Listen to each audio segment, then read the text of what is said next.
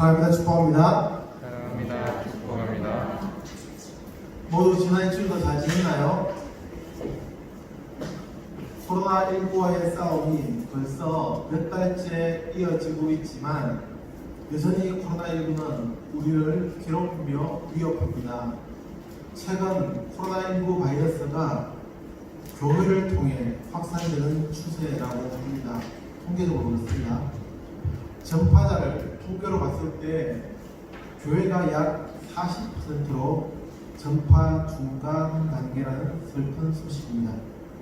따라서 교회에서의 모든 모임은 중단해야 하고 예배만 드릴 수 있게 되었습니다. 조금은 아쉽고 불편할 수 있지만 모두가 힘을 모아 이 위기를 잘 이겨나갔으면 좋겠습니다. 그래서 오늘부터는 여러분에게 간식으로 제공되는 라면도 더 이상 제공할 수 없게 되었습니다.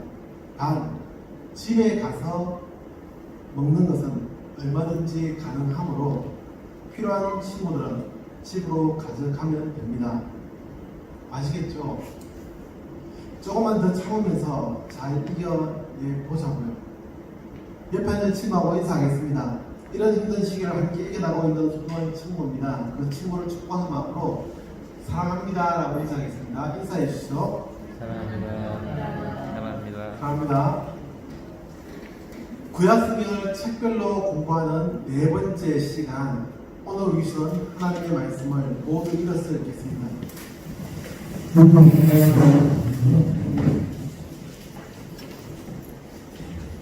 준비되셨죠? 시작.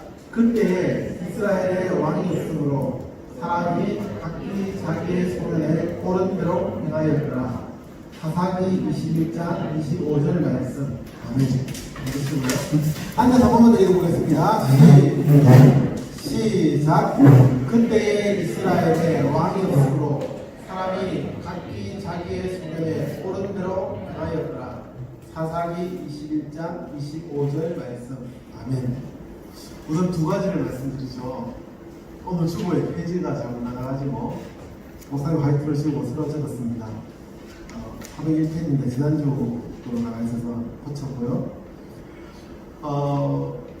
벌써 몇 번 겹치기도 했지만 지난주도 했지만 오늘 말씀도 우리가 3년 전에 구약성경을 책별로 공부할 때 나눴던 동일한 말씀입니다. 하지만 이 시간 설교 내용은 완전히 다릅니다. 그러니까 걱정하지 않아도 됩니다. 구약성경을 네 번째로 공부하는 이 시간, 오늘은 사사기의 말씀을 공부하려 합니다. 사사기에 대해 간략하게 소개를 드리면 사사기는 전체가 21장으로 되어 있고요. 사사기의 또 다른 이름은 판관기라고 합니다.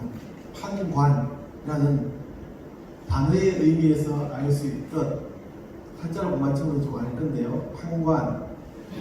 사사기는 판결에 대한 이야기를 주를 이루고 있습니다. 그럼에도 재판이라는 일반적인 단어를 사용하지 않은 것은 법에 의한 재판 혹은 판결을 의미하는 것보다 더 포괄적인 의미를 담기 위해서입니다. 사실 사사기는 하나님의 말씀을 어떻게 지키고 살아가느냐에 대한 판결이 기록되어 있기도 하지만 그 외에도 하나님이 함께 하셨던 위대한 인물들, 흔히 말하는 사사들에 의해서 이스라엘이 어떻게 다스려졌는지를 말씀해 주고 있습니다. 여기서 사용된 단어 사사들이라는 단어는 재판하는 사람들이라는 의미를 포함합니다. 그러면서도 이스라엘을 하나님의 말씀으로 다스려야 했던 사람들을 의미합니다. 사사기에 기록된 사사들의 수는 일반적으로 12명이라고 합니다. 그러나 보는 사람에 따라서는 더 많은 수로 혹은 더 적은 수로 계산하기도 합니다. 그러나 일반적으로는 12명이라고 계산합니다. 그 중에 여러분이 잘 아는 삼손도 있고 기드온도 있습니다. 아무튼 사사기는 그렇습니다. 이 사사기를 단 한마디로 표현하라고 하면 어떤 말이 가장 적당할까요? 저는 이 사사기를 대표하는 많은 단어들을 떠올려 보았지만 오늘의 제목이 그래도 가장 잘 표현하는 말이 아닐까 생각해 봅니다. 바로 혼란입니다. 화면 하나 넘겨주실래요? PPT 하나 넘겨주세요. 넘겨주세요. 나왔나봐요. 예, 혼란입니다. 사사기는 일정한 패턴을 가지고 있습니다. 잠시 정리가 필요한데요. 정리를 하면 이스라엘 백성들은 모세와 여호수아의 인도로 가나안 땅에 정착한 이후에 하나님의 백성으로 살아야 했습니다. 하나님의 거룩한 모습을 닮아 구별된 삶으로 그리고 세상을 변화시키는 모습으로 살아야 했습니다. 그래서 하나님을 알지 못하는 사람들이 이 이스라엘 백성들의 모습을 보면서 하나님을 알아가고 하나님을 찾도록 해야 했습니다. 그러나 아쉽게도 이스라엘 백성들은 그러지 못했습니다. 하나님의 말씀은 점점 멀어졌고 하나님의 뜻보다는 자신들의 욕심이 우선되었습니다. 그러니 이스라엘 백성, 즉 하나님이 선택한 백성이라는 민족의 정체성은 사라져버리고 점점 가나안 땅에 살던 이전의 사람들과 똑같은 모습으로 별반 다르지 않은 모습으로 살아가게 됩니다. 성경은 이런 삶의 모습을 죄라고 표현합니다. 하나님을 떠난 삶, 하나님을 멀리하고 자신의 욕심을, 자신의 탐심을 채우기 위해서 살아가는 마치 동물과도 같은 삶. 아니, 동물은 필요 이상의 소유물을 가지지 않지만 사람은 살인을 했어도 사기를 쳐서라도 결국 수단과 방법을 가리지 않고 더 많은 것을 누리려 하고 가지려 합니다. 그것이 하나님을 떠난 사람들의 모습, 죄의 모습이었습니다. 그러니 하나님은 이런 이스라엘 백성들이 죄를 깨닫고 돌아오도록 하기 위해서 약간의 벌을 주어야 했습니다. 그리고 그 벌이 내려지면 이스라엘 백성들은 언제나 하나님께 돌아와 울며 기도하며 자신들의 죄를 뉘우치고 회개했습니다. 그러고 나면 또다시 이스라엘 백성들은 평안하고 안락한 삶을 살게 되고 그러면 또다시 이스라엘 백성들은 탐심으로 타락하고 하나님을 떠나갔습니다. 결국 이스라엘 백성들은 하나님을 떠나 죄를 짓게 되고 그에 대한 벌을 받습니다. 그러고 나면 또다시 회개하고 모든 것이 회복되고 또다시 죄를 짓고 벌을 받고 회개하고 이런 반복되는 패턴의 삶이 반복하여 사사기에 기록되고 있습니다. 사사기는 이런 이스라엘 백성들의 모습을 적나라하게 기록하여 우리에게 보여줍니다. 그리고 사사기는 그 마지막까지 오늘 우리가 읽은 이 사사기 21장 25절 이 성경 말씀과 같이 암울하게 끝맺고 갑니다. 그때에 이스라엘의 왕이 없으므로 사람이 각기 자기의 소견에 옳은 대로 행하였더라. 어떤 기준이 사라지고 모든 것이 각자의 생각에 따라 옳고 그름을 판단하여 살아가는 시대, 그 시대가 바로 사사기의 시대였고 우리는 이런 사사기의 시대를 암흑의 시대라고 봅니다. 지금 2020년 세계는 포스트 모던 시대를 보내고 있습니다. 이런 시대의 특징에 대해서 이야기하는 것은 많은 시간을 필요로 하고 또 공부를 해야 합니다.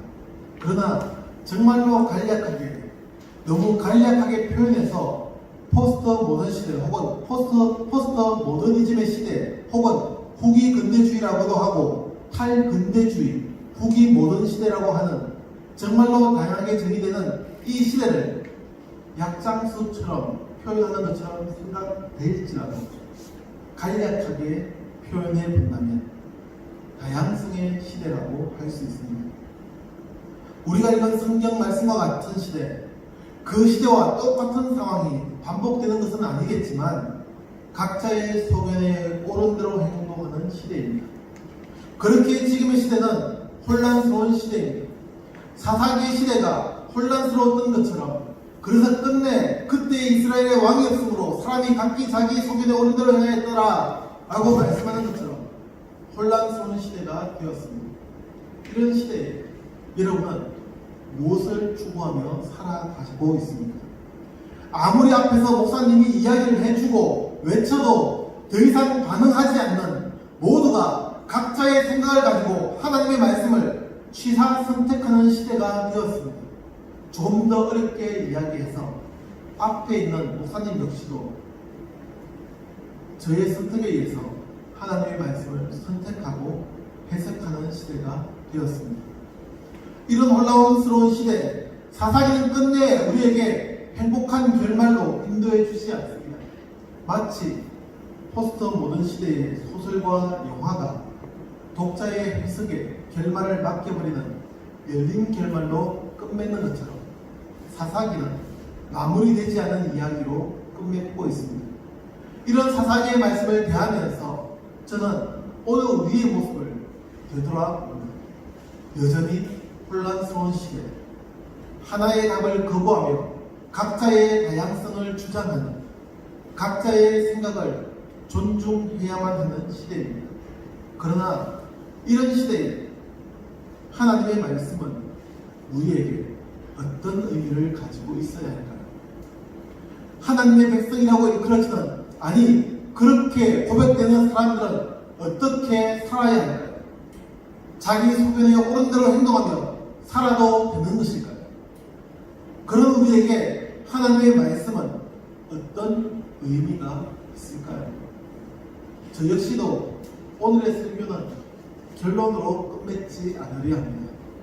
모두가 사사기의 말씀을 다시 읽어보며 혹은 접하면서 여러분의 생각을 정리해 보기를 기대합니다. 여러분의 삶이 혼란스러운 시대의 삶이 되지 않기만 바랄 뿐입니다. 기도하겠습니다. 살아계신 하나님, 혼란스러운 시대를 살아갔던 이스라엘 백성들의 모습을 보면서 우리가 살아가는 이 혼란스러운 시대에도 믿는 자로서 어떻게 살아야 할지 다시 돌아보게 하시고 결단하게 하여 주옵소서. 예수님 이름으로 기도합니다. 아멘.